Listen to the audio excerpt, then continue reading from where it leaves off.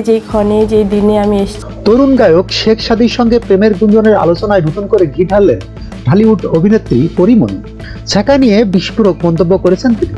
গত সোমবার 17 ফেব্রুয়ারি প্রকাশ পেয়েছে সঙ্গীত শিল্পী শেখ সাদীর গাওয়া নতুন গান মনে নাই দয়া। এই গানটি পরীমণি সামাজিক মাধ্যমে ফেসবুকে পোস্ট করেছেন। সেই সঙ্গে ভালোবাসার ইমোজি দিয়ে ক্যাপশনও দিয়েছেন। অভিনেত্রীর সেই ফেসবুক পোস্টে এক নেটিজেন লিখেছেন, এভাবে সাদী ভাইকে ছ্যাঁকাটা না দিলেও হতো পরী। সেই মন্তব্যের উত্তরে পরী লিখেছেন, কেবল তো শুরু, সারা জীবনই দেব। পরীমণির পোস্টে সাদা রঙের ভালোবাসার ইমোজি দিয়েছে শেখ সাদী।